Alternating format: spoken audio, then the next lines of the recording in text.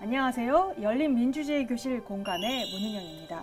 전문가들은 제2차 세계대전 후 건국한 나라 중 독일을 가장 정치 시스템이 안정된 나라로 평가하고 있는데요. 건국 이후 70년 동안 단 8명의 총리만이 재임했다고 합니다. 반면에 독일법을 개수하고 같은 정부 형태인 의원 내각제를 취하고 있는 일본에서는 총리가 무려 30여 명이나 된다고 하는데요. 독일의 건국의 아버지로 불리는 아데나워에서 지금의 앙겔라 메르켈 총리에 이르기까지 독일의 최고 정치 지도자 이 8명의 총리들은 단 한 명도 스스로 부패에 연루되거나 신인적 비리로 골머리를 앓은 적이 없다고 합니다. 참 우리로서는 꽤 부러운 대목이 아닐 수 없는데요. 자유민주주의 국가의 건설, 라인강의 기적이라고 불리는 경제 부흥, 좌우 대통합 정치까지 오늘날 이 독일의 성공은 비전을 제시하는 정치 리더 그리고 이에 호응하는 국민들의 합심이 있었기 때문이 아닌가 싶습니다. 그래서 열린민주주의 교실 공감 오늘 이 독일 세 번째 시간으로 독일의 정당과 선거 제도에 관한 이야기 나눠보려고 합니다. 연립정부 그리고 비례대표제로 대표되는 독일의 정당 정치와 선거 제도는 독일의 앞전 시간 살펴봤던 독일의 코퍼라티즘의 연장선상으로도 여겨지기도 하는데요. 오늘 도움 말씀 주신 두 분 모셨습니다. 정은복 교수님, 그리고 기탁 교수님 어서 오세요. 네, 안녕하세요.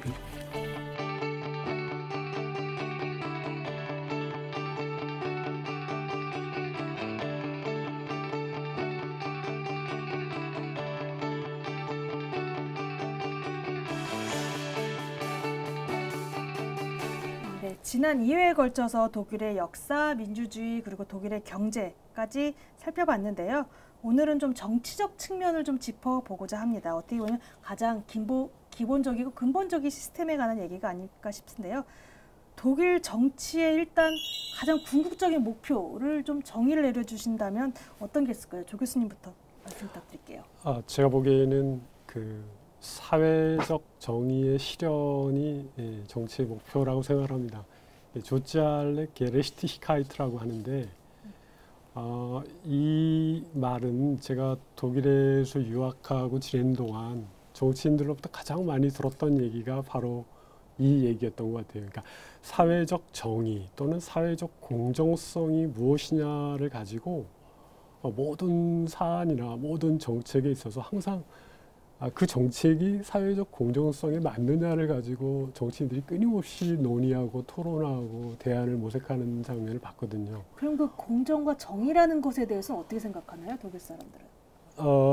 제가 느끼는 그 사회적 공정이나 정의의 의미는 이게 처음부터 바로 결론부터 말씀을 드리게 되는데 사회적 합의의 결과가 곧 사회 정의라고 생각합니다. 그러니까 쉽게 설명하면 이런 겁니다. 예를 들어서 어떤 범법이 발생을 했다. 그러니까 살인이나 뭐 강도 이런 게 발생했다 그러면 누구나가 그거는 문제다라고 공감을 하죠. 거기에 반대하는 사람은 아무도 없습니다. 당연히 그 사람은 처벌을 받을 거고 뭐 재판을 받으면 형무소를 가고 하겠죠. 하지만 그렇게 명백하게 범죄라고 단정지지 않은 그밖에 대부분의 것들은 결국은 그 사회가 어떻게 합의하느냐에 따라서 달라질 수 있는 것입니다. 그러니까 예를 들자면 기초생활수급 대상자의 급여가 그러니까 한 달에 얼마를 주는 게 정의롭냐 또는 사회적으로 공정하냐라는 것은 답이 없습니다. 그러니까 어디 법률에 정해져 있는 것도 아니고 어느 법전에 정해져 있는 것도 아니고 율법이 있는 것도 아니죠. 그것은 결과적으로는 그 사회의 구성원들이 그 사람에게는 한 달에 이 정도는 최소한 줘야 살 수 있다라고 하는 사회적 그 구성원의 합의인 것이죠. 여기에 대해서는 나중에 어떤 식으로 사회적 합의를 구성하는지는 다시 얘기를 하겠습니다만 여기서 한 가지만 더 말씀드리고 싶은 것은 사회적 공정성을 실현하는 게 정치의 목적이라고 했는데 이 말을 다른 말로 표현을 하면 곧 사회적 약자를 대변하는 게 저는 정치라고 생각을 합니다.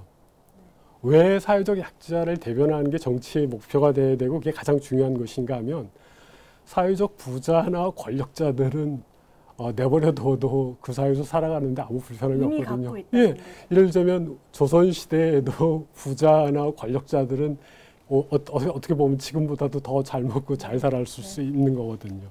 예. 김 교수님도 한 말씀 해주시겠어요? 네. 독일 사회 정치의 궁극적인 목표라고 네. 한다면. 그 독일 지금 아데나우어가 살았던 생각, 빌리 브란트 총리가 살았던 생각, 독일의 역사적 박물에 가면 가장 큰 슬로건이 있습니다. 모든 정당의 아버지들이 그게 이제 독일 말로 볼슈타한트 퓨어 알레라는 이 슬로건을 내걸었습니다. 모두가 잘 사는 나라입니다.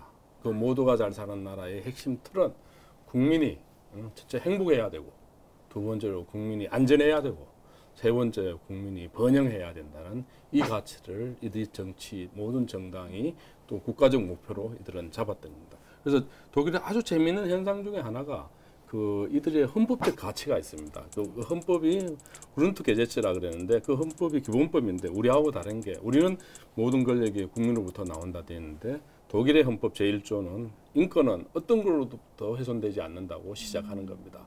그런데 아주 재미있는 것 중에 하나가 독일의 국민정당이라고 할 수 있는 이때까지 정권을 잡았던 기민당과 사민당의 기본 근본 가치가 왜 정치를 하는가에 대해 근본 가치가 똑같습니다. 그 이제 기민당도 내거는 게 프라이하이트 자유입니다. 그 다음에 정의입니다. 게레티카이트 이야기. 그 다음에 졸리다리테트 연대입니다. 그러니까 이 자유와 정의와 연대 그게 이제 기민당이 가장 중심에 내걸고 있고 사민당 역시 강령의 최고의 가치를 자유와 정의와 연대를 내걸고 있는 겁니다. 이게 이제 독일이 정치를 하는 가장 큰 이유로 이들이 내걸고 있고 물론 지금 현재 나중에 생긴 자민당이나 물론 옛날 생겼지만 녹색당이나 지금 대한당이나 좌파당이나 이들이 방점은 조금 다릅니다. 예를 들어 기업가에 좀 더 우호적이라든지 노동자의 우호적이라든지 아니면 환경운동, 뭐 탈원전에 대해서 뭐 한다든지 한데 가장 독일 정치의 기본 가치는 모두가 잘 사는 나라에 국민이 행복하고 안전하고 번영을 하되 그 정당들의 가장 큰 국민이 자유롭고 또 국민이 정의로운 사회에 살아야 되고 또 약자가 있기 때문에 이야기한 대로 연대해서 졸리다리티 그러니까 이 같이 연대해서 살아가는 이런 사회를 이들은 만드는 게 정당의 목표로 이야기하고 있습니다. 정치 시스템이 운영되게 할 수 있는 가장 밑바탕이 될 수 있는 민주주의를 얘기하자면 이제 또 선거를 얘기를 할 수밖에 없잖아요.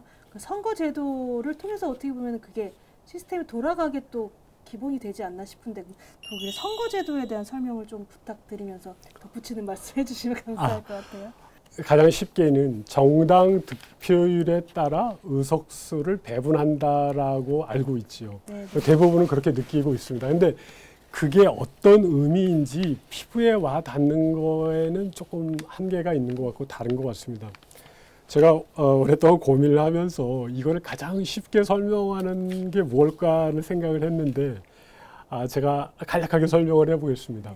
예를 들어 A, B, C, D 4개의 정당이 있다고 가정을 하고 A 정당이 40%의 득표율을 보이고 물론 정당 득표율일 수도 있고 후보에 대한 득표율일 수도 있습니다.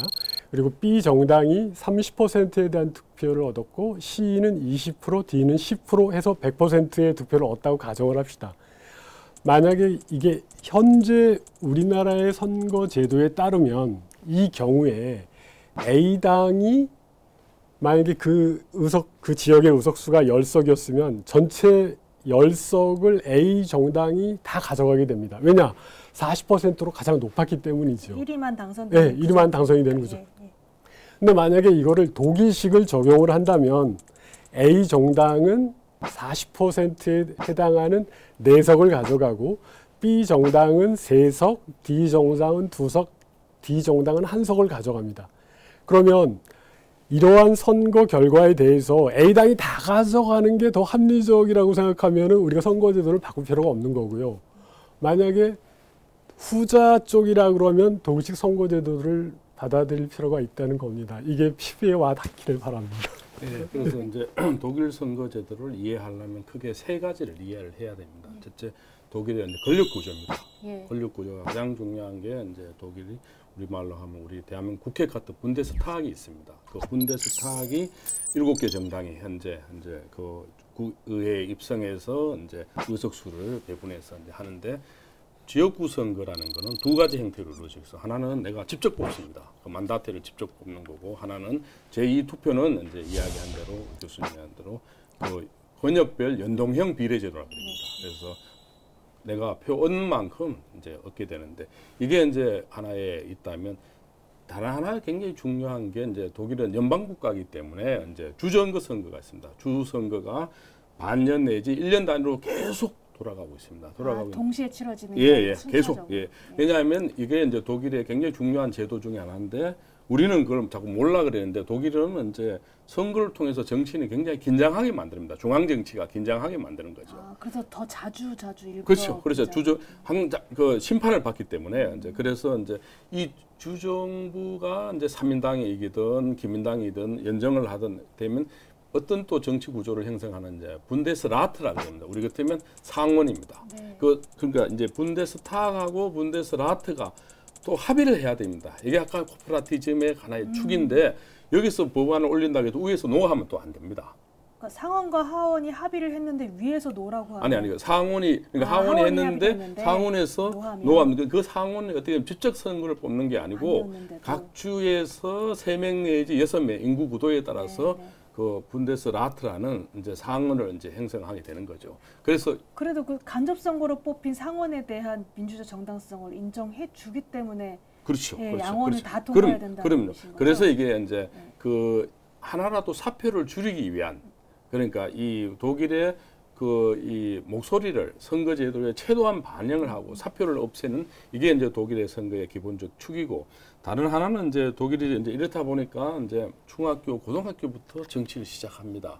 그게 이제 팔콘부터 시작해서 유소스, 그러니까 이 청년들, 그 청소년들부터 정치를 하면서 풀뿌리 민주주의로부터 지방의회로부터 시작해서 주지사, 그 다음에 영반정부 총리로 되는, 메르켈을 제외하는 어느 누구도 시장과 주지사를 안 한 사람이 없습니다. 독일의 리더들은 다 이제 밑바닥에서 올라간 사람들. 지방 정치부터 중앙 그럼요. 정치까지. 그래서 다 가장 중요한 거는 이제 검증을 받은 사람이라는 게 중요한 겁니다. 그야말로 하루 아침에 낙하산으로 내가 또 뭐 이 저거 하다가 한 게 아니고, 그 당원들과 국민들로부터 어떻게 검증을 받느냐, 두 가지입니다. 하나는 그 정당의 갈 길의 비전과 꿈을 제시하고, 다른 하나는 실적을 내야 됩니다. 대표적으로 슈레더나 빌리 브란트나 헬무트 코hl이나 다 주지사 출신들, 이분들이 다 실적을 냈습니다. 그게 풀뿌리에서 실적을 냈기 때문에 연방제가 중요하고, 그게 이제 다시 뭐라고 하냐, 그 분데스타그라는 이제 연방의회인데, 연방의회를 내가 3선, 4선을 했는데 이 사람들이 뭐라고 하냐, 다시 지방의회로 갑니다. 우리하고 또 큰 차이입니다. 거기 가서 뭘 하느냐, 정권대사 같은 거 하기도 하고, 지방정부에 내가 경제부 장관을 합니다. 거기서 다시 또 올라가고 이래서 그럼요. 순환하게 해서 그야말로 우리 같이 이 국회의 권력이 그야말로 이 독점적 권력, 청와대의 제왕적 권력, 이게 아니고 그 나라의 정치적 문화라는 것, 선거제도와 시스템 작동, 이게 연정과 협치를 할 수밖에 없는 이런 구조가 되어 있다는 설명을 드립니다. 사실 그 독일에 관한 얘기를 지금 3편째 하고 있는데, 독일 처음 설명드릴 때 인구수도 비슷하고 면적도 비슷하고 분단국가도 비슷하고 이렇게 되게 외형적인 요건이 비슷한데 알면 알수록 다른 나라 같아요, 우리나라랑.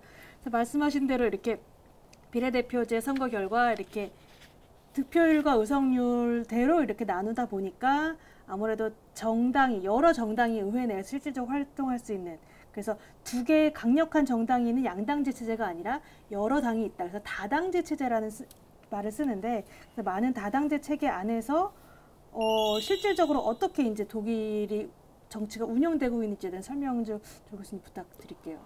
그러니까 독일 정치의 그 핵심적 그 두 개 기관이, 하나는 분데스타그라는 연방 하원에 해당되는 거고요. 분데스라시라는 연방 상원이 있는데, 여기서 이 연방 상원은 우리가 흔히 생각하는 미국의 상원과는 다릅니다. 미국의 상원은 직접 그 시민들이 선거를 해서 뽑아서 가는 거지만, 독일의 그 연방 상원은 주 정부의 주 총리와 주 장관들이 해당 사안에 따라서 모여서 처리를 하거든요. 아까 얘기해 주신 대로 연방 하원을 통과한 법이 연방 상원에서 이렇게 블로킹이 되면은 법이 제정될 수 없죠. 그 말은 지방의 의견을 반영할 수 있는 구조가 되어 있다는 그런 뜻입니다. 그러니까 독일은 연방 하원이 독자적으로 법을 만들 수 있는 게 따로 정해져 있습니다. 기본법에 보면 예를 들어 외교, 안보, 국방 이런 큰 부분은 연방 하원만이 결정을 할 수 있고 기타 이제 지방도 해당되는 모든 법률은 반드시 분데스랏 연방 상원을 거쳐야 되는데 그래서 지방의 의견이 그대로 반영된다는 그런 지방 것이죠. 대표성을 반영하는 연방 상원제라는 거죠. 예, 되는. 미국식 상원제하고는 좀 차이가 네, 있고요. 네, 네. 그리고 선거제도 때문에 아까 말씀드린 대로 다당제가 될 수밖에 없는 구조라 그러셨는데 실제로 2차 대전 후에는 기민당과 3인당, 자민당의 3당 체제였고요. 그게 80년대에 녹색당이 들어오면서 4당 체제가 됐고 90년대 통일이 되면서 좌파당이 들어오게 돼서 5당 체제가 됐고 그리고 가장 최근에 독일 대한당이 들어오면서 연방의회에는 6개의 정당이 공식적으로 참여해서 전부 다 교섭단체를 꾸리고 하는 그런 상황입니다. 그렇기 때문에 당이 3개일 경우에도 과반을 확보하기가 힘들었는데 이렇게 4개, 5, 6개의 정당이 의회에 들어오다 보니까 한 당이 과반을 확보하는 것은 거의 그 가능성이 희박한 그런 경우입니다. 그러니까 자연스럽게 자기 당의 색깔과 비슷한 정당과 연정을 통해서 정권을 수립할 수밖에 없는 그런 상황인 것이죠. 60, 70년 그 역사 중에 총리가 8명밖에 되지 않았단 말이에요. 그만큼 재임 기간도 길었단 얘기고 연정이 잘 됐단 얘기로 해석이 될 수밖에 없는데 그래서 독일 연립정부 연정 역사에 대한 설명을 조금 해주면 좋을 것 같아요. 네. 해주시면 좋을 것 같아요.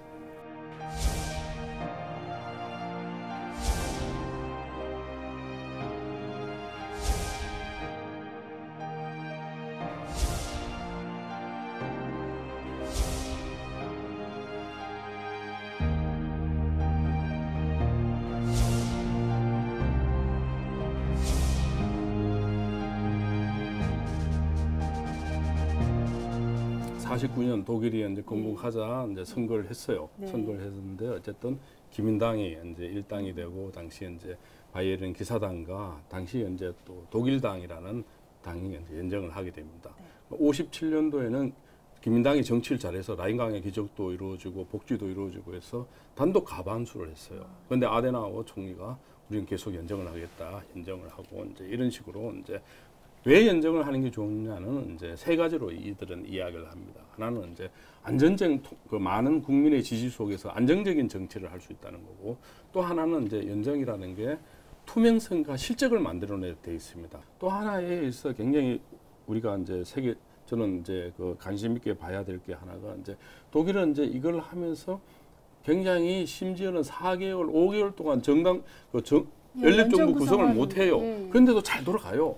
우리 옛날 노무현 대통령이 탄핵됐을 때 그 마찬가지로 이제 잘 돌아가는데 제가 물어봤습니다. 이 총리들하고 장관들한테 그때 혼란이 왜 안 생기냐 이러니까 이때가 자기네들 독일 전체 정치인들과 국민들이 공부하는 시간이라 그래요. 4년 동안 이 나라를 어떻게 그냥 치열하게 논쟁을 합니다. 심지어는 넉 달, 5달 하는데 최고의 정치 지도자인 메르켈과 이쪽에 3인당의 최고, 그 다음에 밑에 장관할 사람, 부장관할 사람, 싱크탱크들이 밤새도록 토론 논의합니다. 하면서 협정문이라는 걸 이제 170페이지, 180페이지 만들어내는 그 엑기스를 만들어 4년 동안 이렇게. 그래서 이제 독일은 이제 그 사회 구조가 재밌는 것 중에 하나가 고급 신문들이 있습니다. 예를 들어 프랑크푸르트 알게마이네 자이퉁과 주조 자이퉁인데 한 40만 부밖에 안 봐요. 한 40만 정도 보는데 빌트 자이퉁은 한 360만 정도. 그럼 우리들은 불바르 신문인데 저 독일인들은 선거 제도뿐만 아니고 이런 모든 이 시스템이 공부하도록 만들고 있습니다. 공부를 해야 되고 그리고 아까 많은 제가 한국 정치인들과 기업인들 데리고 가면 놀라는 게 독일 노조의 대표들이 독일 기업인 대표들보다 더 똑똑합니다. 세계 흐름을 더 잘 알고 더 열심히 공부하니까 정치인들로 가장 많이 들어있는 사람이 노조 대표들입니다. 말씀 듣고 보니까 그 의원 내각제를 그 안에서 또 연정을 통해서 권력 분립이 자체적으로 되다 보니까 그게 오히려 의원 내각제의 장점을 살려서 돌아갈 수 있는 시스템이 되지 않았나. 예, 바로 지적을 했는데 권력이 분산되어 있기 때문에 네, 그렇습니다. 네. 예.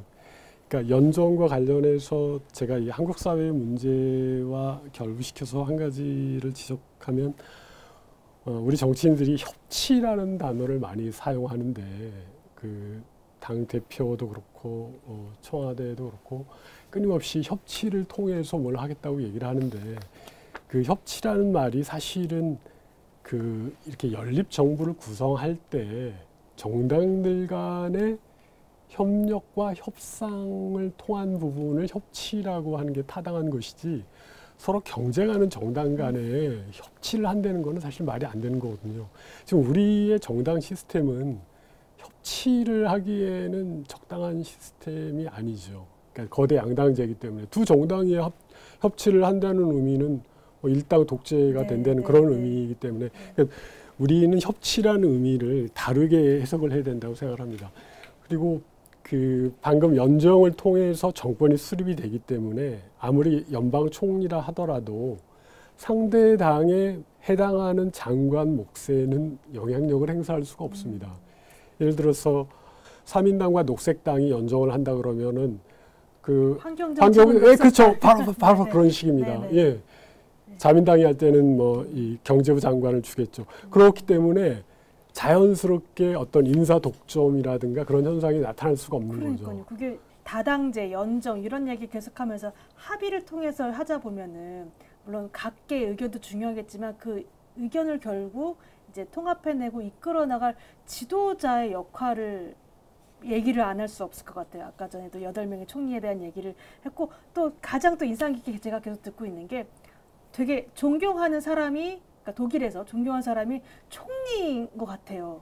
물론 여러 다른 훌륭한 역사적 인물들도 있겠지만 총리가 굉장히 많이 꼽히는 것 같다는 생각을 지금 계속 하고 있거든요. 그래서 이런 독일 정치의 리더십에 관한 이야기를 조금 부탁을 드리도록 하겠습니다. 제가 이게 느끼는 거는 독일 사람들이 그렇게 함부로 사람을 바꾸는 거를 잘 안 하는 것 같아요. 그래서 제가 알기에 8명의 총리 중 단임을 한 경우는 이제 키싱어 같은 예외적인 경우를 빼놓고는 전부 다 최소한 2번은 했죠. 2번 정도는 했고 더 할 수 있었는데 이제 그 불신임을 받거나 무슨 그 스파이에 휘말려서 빌리 브란트가 중도에 하차를 했지만 나머지 경우는 대개 2번 정도는 기회를 주는 것 같고요. 근데 그렇다고 해서 장기 집권까지는 또 아닌 것 같아요. 헬무트 콜도 그렇고 이번에 그 메르켈 총리도 그렇고 4번 하면은 되게 쓰는 것 같아요. 이제 메르켈 총리도 더 이상은 하지 않겠다고 이미 얘기를 했거든요. 그러니까 이미 더 이상은 갈 수 없다고 본 그런 것 같고. 가장 중요한 점은 이들은 그 시대 정신을 알고 있었습니다. 자이트가이스트라는 독일 말로 해겔이 이야기한 이 시대 정신을 알고 있었고 그래서 비전을 던지고 그걸 그들은 해결해 갔던 겁니다. 이제 그 해결하게 가기 위해서는 전체 자기 내공이 있어야 되고 그 자기가 솔선수범하면서 따라줘야 되는 겁니다. 그걸 가장 잘한 게 아데나우입니다. 아데나우는 14년 동안 우리 같은 대통령 총리를 하면서 조그마한 방 2칸밖에 없는 사저에서 살았어요. 출퇴근했습니다. 그는 한국 정치인들, 리더들 일부러 데리고 가줘요.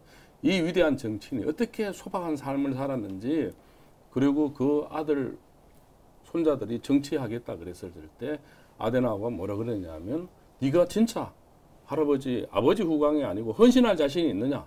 헌신할 자신이 없고 그래서 독일의 위대한 정치 8명 그 후손들 정치하는 사람이 한 명도 없습니다.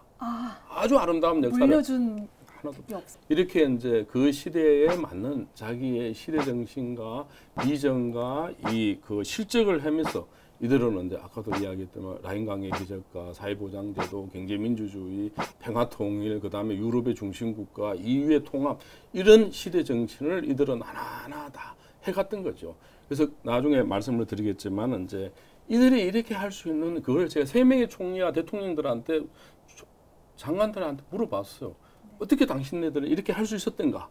지금 또 메르켈 총리는 지금 사저에서 살고 있습니다. 주말이면 시장 보고 봤어요. 마트에서 카트 끄는 그럼요. 사진. 저도 만났어요. 만나고 이제 이렇게 삶이 뭔지 그걸 그들은 솔선수범해서 보이고 있다는 게 가장 중요합니다. 한편에는 독일 역사가 어떻게 상승해 왔는 것도 배하지만 이들이 어떻게 또 어려움으로 갈지도 우리가 먼저 배우는 게 또 우리가 준비해야 될 좋은 자세가 아닌가 생각합니다. 어떻게 보면은 지금 마무리 멘트로 부탁드리고 싶은 말씀을 이미 이제 자연스럽게 내용 속에 녹여서 다 해주신 것 같아요.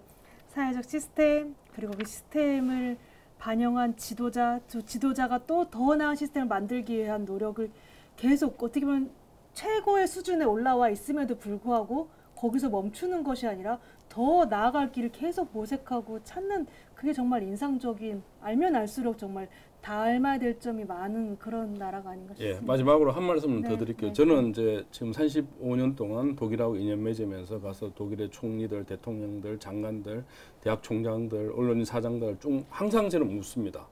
너 독일의 너희들의 가장 강점이 뭐냐? 오늘날 독일이 부강한 나라 된 그 배경과 이유가 뭐냐? 그걸 제가 항상 물으면 세 가지 답이 나와요. 예외가 없습니다. 다 그 자기네들이 오늘날 이렇게 발전한 부강한 나라 자유민주주의를 꼽히게 된 이게는 반성의 힘에서 온다고 그럽니다. 그 반성의 힘이 어떤 반성이냐? 우리가 자꾸 이야기하는 우리하고 다른 반성의 힘입니다. 역사를 총체적으로 보고 있는 겁니다. 앞으로 어느 역사가 와서 어느 역사를 가는지에 대한 트렌드의 힘에 있고, 다른 하나는 이제 그걸 보는 성찰의 힘입니다. 그래서 그 시대의 시대 정신을 읽고 그걸 비전을 제시하고 문제를 해결하려고 어느 누구보다 노력했던 이런 반성과 이 성찰의 힘이 결과적으로 이들은 이제 2011년도 전 세계 어디도 못했던 4차 산업혁명이라는 인더스트리 4.0도 만들어냈고, 다른 나라도 지금 다 따라가고 있지만 독일한테 배울 수 있는 시사점은 위대한 리더는 시대에 앞서갔고 그들은 글로벌 리더들이었습니다. 우리가 아주 글로벌 리더가 못 나오고 있어요. 이 글로벌 리더가 저는 이 선거를 통해서 국민들이 글로벌 리더를 나오도록 뽑아주고, 또 그 글로벌 리더는 자기 패거리 무슨 빠 이게 아니고 국민을 위해서 헌신적으로 정치하고 또 노력해주는, 그게 저는 고도리라고 봐요. 왜냐하면 우리 국민의 수준은 독일 국민 뛰어넘었습니다. 1대1로 맞붙어도, 내가 독일에서 유학할 때도 그렇고 맞붙어도 우리가 밀리지 않아요. 가장 중요한 정치 리더입니다. 그 다음에 기업 리더. 이 두 축이 독일하고 큰 차이가 있다는 걸 마지막 말씀드립니다. 조 교수님께서도 마지막 해주시고 싶은 말씀 없으세요? 우리가 흔히 제왕적 대통령제라고 하는데, 그 제왕적 대통령제란 말은 절반은 맞고 절반은 틀린 얘기입니다. 그 이유는 어마어마한 인사권과 예산권을 갖는다는 점에서는 우리나라 대통령이 제왕적이라는 점에서 맞습니다. 하지만 인사와 예산을 마음대로 한다고 해서 우리 사회를 바꿀 수는 없는 거거든요. 우리 사회를 바꾸기 위해서는 제도를 바꿔야 되는데, 제도를 바꾸기 위해서는 법을 폐기하거나 새로 만들 수 있어야 가능하거든요. 근데 아무리 대통령이 돼서 청와대에 가더라도 자기 주변에 있는 사람을 임명하고 예산은 부여할 수 있지만 법을 만들 수 정작 있구나. 법을 만드는 데는 대통령은 아무런 힘이 없거든요. 그런 점에서 이렇게 말하면 국민들이 조금 덜 좋아하실 수도 있을지 모르겠지만, 의원 내각제가 들어와야 되는 시점에 우리나라가 왔다고 생각을 합니다. 독일과 같이 이렇게 분권화할 수 있는, 권력을 분산할 수 있는 걸 생각해야 되는데, 그 첫 번째가 의원 내각제를 도입하는 것이고, 두 번째가 독일과 같은 연방제를 도입하는 모색을 해야 된다는 것이죠. 물론 이제 통일 얘기는 좀 빠르니까 많이 하지 않겠습니다만, 만약에 북한과 남북한의 통일이 이루어지더라도 우리가 연방제를 하고 있으면은 자연스럽게 독일처럼 이렇게 조정돼서 통일이 될 수가 있거든요. 지금과 같은 시스템으로는 북한의 체제가 우리 밑으로 들어온다든가 우리가 북한 밑으로 들어가는 말이 안 되는 거기 때문에, 저는 의원 내각제와 연방제를 연방제에 대한 도입의 논의를 시작해야 된다고 생각합니다. 네, 말씀 감사합니다. 그 열린민주주의 교실 공감에서 참 3회에 걸쳐서 독일의 역사, 민주주의, 정치, 경제, 정치, 선거제도 뭐 이렇게 최대한 많이 다뤄보려고 다뤄봤는데 그렇게 길지는 않았던 시간이었던 것 같아요. 보면서 이제 사회적 합의를 통한 여러 가지 방법들, 비결들 보면서 독일이 왜 유럽 그리고 전 세계의 리더로 거듭날 수밖에 없었던지 그 비결을 알아봤던 것 같고요. 우리 대한민국도 독일을 넘어서 좀 더 앞으로 나아갈 방향에 대해서 좀 가늠해 볼 수 있었던 시간이 아니었나 싶습니다. 두 분 전문가분 나오셔서 정말 감사합니다. 네, 고맙습니다. 예.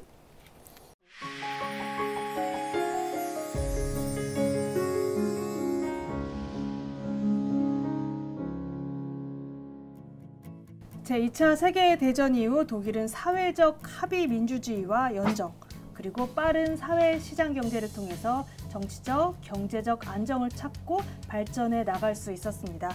사실 2차 세계대전 이후 독립한 국가 중에서 우리나라도 참 성공한 모델로 하나 꼽히고 있는데요. 원조를 받던 나라에서 명실상부한 경제 강국으로 발돋움했고 민주화 역시 빠른 시간 내에 쟁취했습니다. 하지만 분단과 통일, 경제는 여전히 제자리, 정치 불신은 날로 높아가는 이러한 아직 가야 할 길이 참 많이 남아있지 않나 싶습니다. 함께한 이 지난 3번의 시간이 앞으로 대한민국 비전을 찾는데 조금이나마 도움이 됐으면 좋겠습니다. 열린 민주주의 교실 공감 준비한 것은 여기까지입니다. 감사합니다.